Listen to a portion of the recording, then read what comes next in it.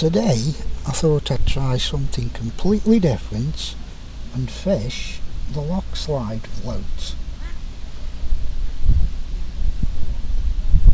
I've got a 6-inch hook length with an 8mm pallet on it and a 12QM1 hook, a free running bomb down to a quick change bead, a little stop about 2 foot above the bomb. If you've got to use free running rigs on your water, just dispense with the little float stop there. And then we've got a Locslide Float which can slide up the line. As you tighten the line, it will lock in position. So it's a sliding float that finds its own depth and locks in the water. We'll cast it in and you can see it working.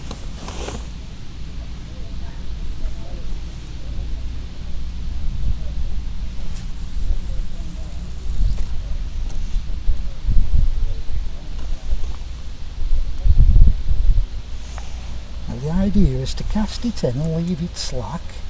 The floats come up to the top and it's floating. Point the rod at the floats. You don't put your rod to the side like you do with conventional feeder fishing. You point it at the floats. Tighten the line under the water. You want to sink your line so that the wind doesn't catch it.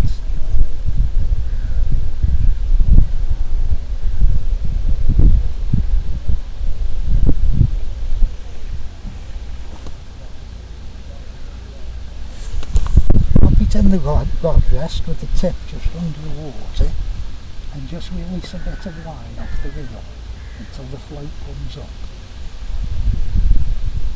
And there it is. The float's on the top of the water. I can see the tip of the float. The line's sunk below the surface and we're just waiting for a bite now.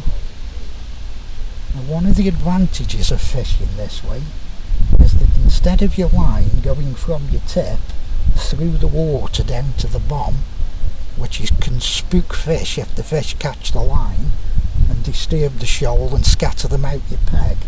This way the line is under the surface of the water, but it's just running from the rod tip to the float, and then from the float the line goes straight down vertical to the bomb at the bottom, so you get less line bites, less chance of spooking the fish out of your swim. It's particularly good in deep water, although having said that, I'm probably fishing in about 5 to 6 foot of water today, and it's fine for that. So the float stays pretty static because it's held by the bomb, which is cocking it, and there's no line on the surface to drag the float under. So we just sit here now and wait. When we get a bite, it'll pull the line through the free running bomb and the float will disappear and all. A lot more sensitive than the quiver tip and very good on its day. Let's see if today's one of those days. Well, that's only been in the water a couple of minutes and already the float's gone. Only a small fish, feels like a skimmy, but proof that the method does work.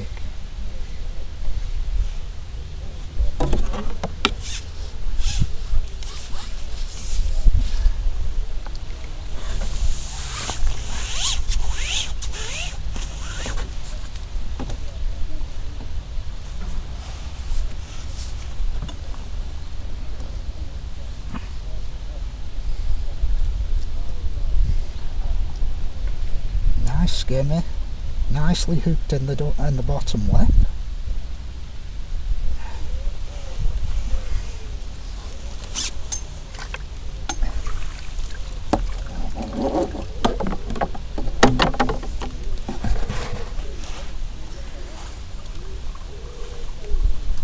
The float has slid back down the line for me. If it doesn't, you just keep winding it in up to the top eye and the float will pull itself back down to the right position ready for casting.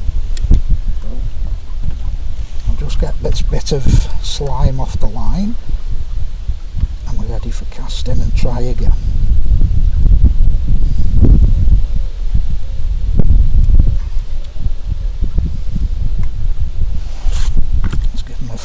pallet.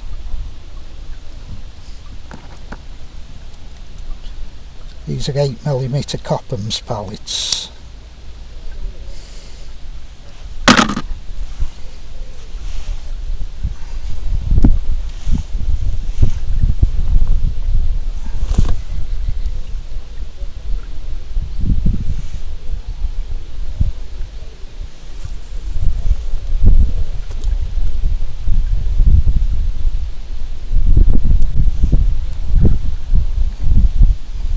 Tip under the surface, pointing at the float, a couple little turns,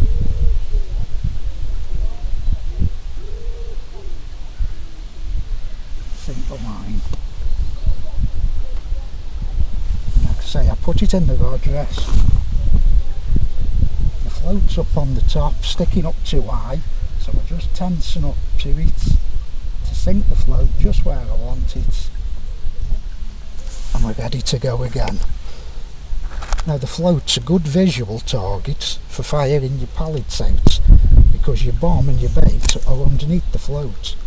So a few pallets around it and we just sit and wait and see if we get another bite.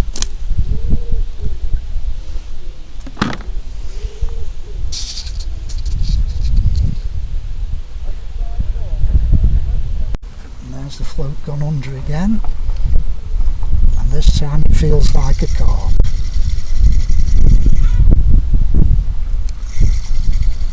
You don't have to strike it with using this method because the fish just stoop themselves against the weight of the bomb. I'm using a 20-gram bomb today. That's the second fish. That one's come just under 4.5 minutes. That one's come in at. It's a small carp.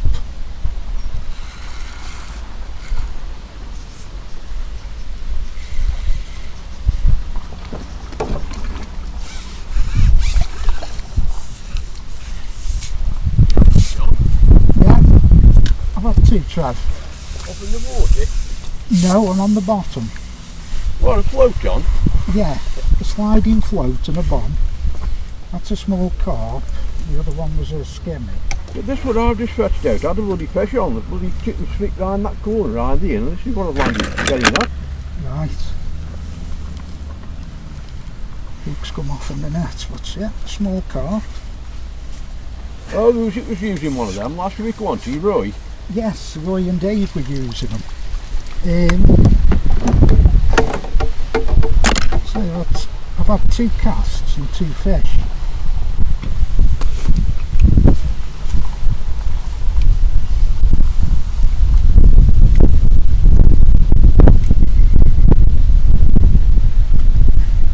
Oh, so you know where you beat it, where you put your baits?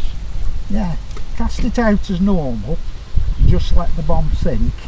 And then float comes back up. The float will come up on the slack line. Just make sure you just sink the line below the surface to stop any drag. Put it in the rest. And then it comes up and then put your pallet over the top. Yeah, just slacken the line a touch till the float comes back up. And then you put your bait over the top of it. Yeah. And you don't get as many line bites. Well, you don't get any line bites at all. Don't you? No, because instead of your line going through the water to the bomb at the bottom, your line goes just under the surface of the water to the float. Yeah, and then from the float it's vertical, you see, to the bomb. So you don't get no line bites. When it goes, it goes. And it's just vanished twice. Two cats, two fish. So I've had two carp, only about 4 pounds, Yeah. 4 or 5 pounds. It's gone quiet, you know.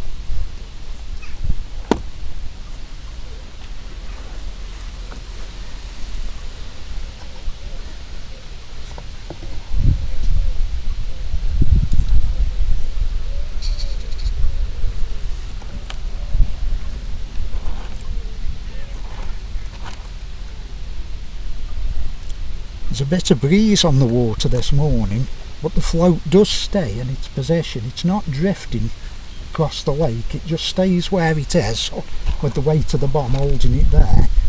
So it's a good way of presenting a bait on the bottom to the fish. A few pallets round it. We'll reset the stop There you go, back to 0, start it again. We'll see how long it is before we get the next fish. Another little tip I can give you, if you're having trouble sinking your line below the surface, I've got a rod rest to the right of me. You probably can't see it, but it's got a little foam paint roller on it, and I put a bit of washing up liquid on that, and every now and then as I'm about to reel in, I'll put it on the rest, reel it in through over the foam roller, and the washing up liquid will get rid of any grease that's on the line that might be stopping it from sinking. But I'm not having that problem at all this morning yet, so little tip for you there if you are having problems sinking your line.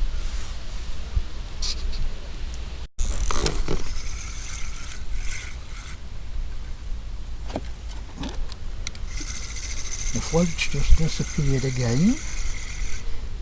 That was 3 minutes and 11 seconds. I say there's no need to strike, the fish is on, it hooks itself against the bomb.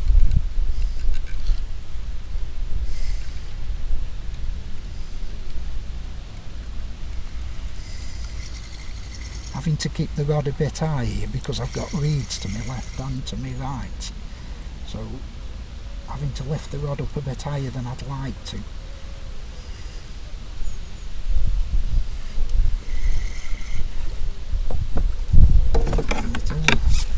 Another very small carp.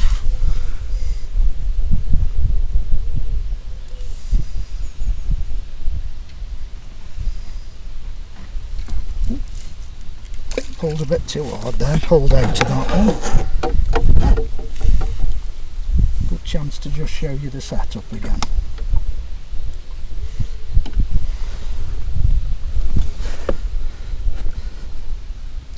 Bit of weed on there, let's get rid of that.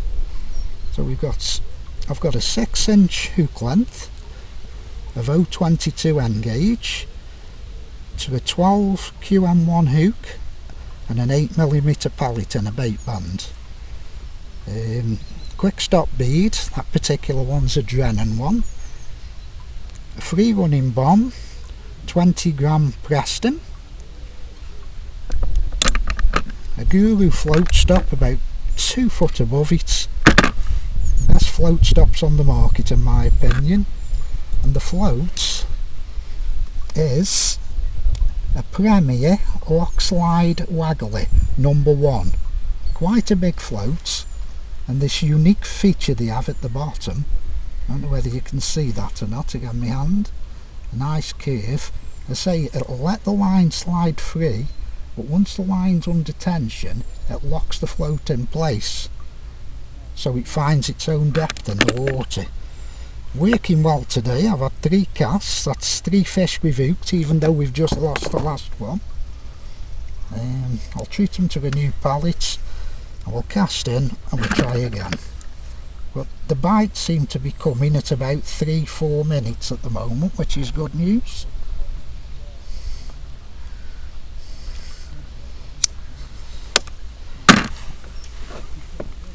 Pop the pallet in, let's cast in and try again.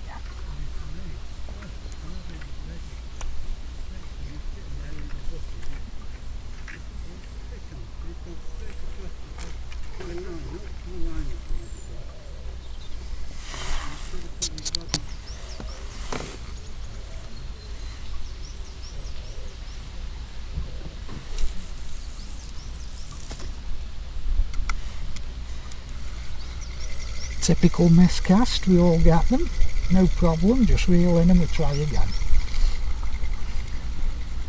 As you can see, the float's already slid right up the line away from the bomb.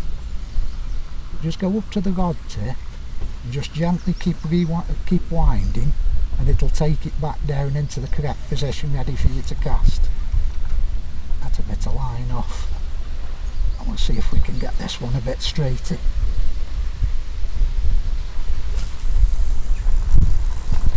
That's much better.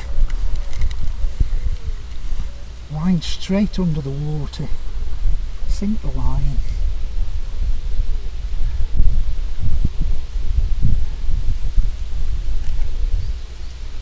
With the been a breeze on, we don't want it dragging the float about and moving it. Keep everything nice and tight. Rod on the rest.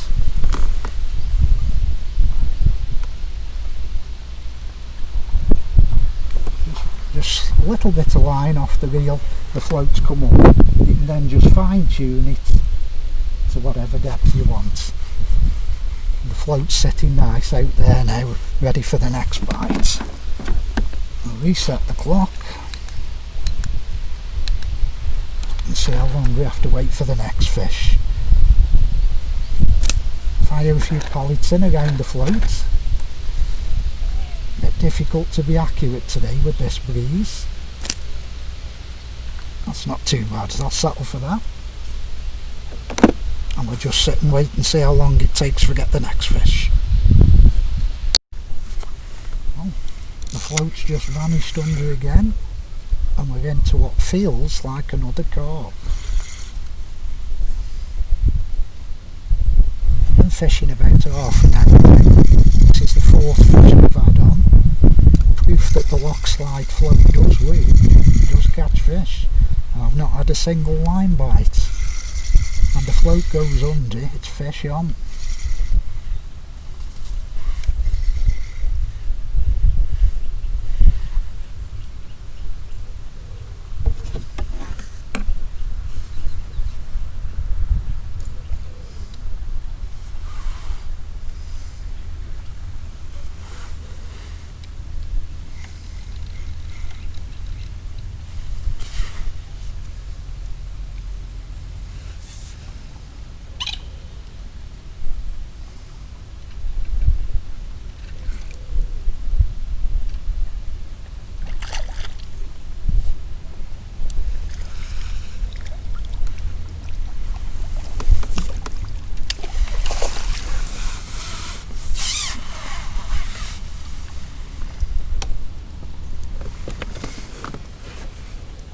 Another small carp, maybe about 3 or 4 pounds.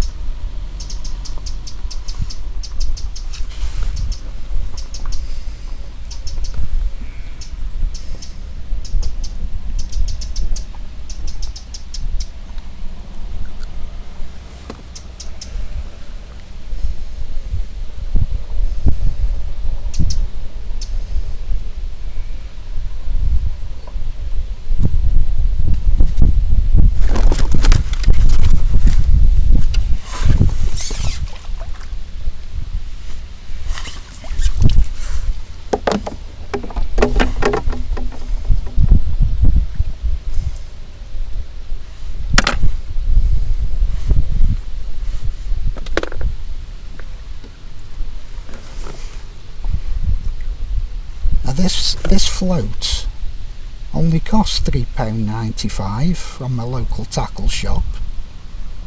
The only problem you have with them is when you've set it all up and you pack up at the end of the day, you've got to leave the float on the line, so you will need like a couple of extra rod bands and protect the float. But you can buy these. I bought these online from a company called Lure Factors, and they're called a Cali clip. You get 3 in a pack for about £6, and it allows you to take any unloaded waggler float that you might have, pallet waggler float in this instance, and just hook it on.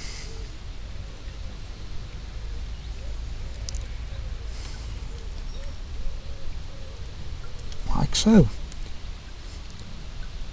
Very handy if you want to use a much smaller float, and the advantages of it are that you can unclip the float at the end of the day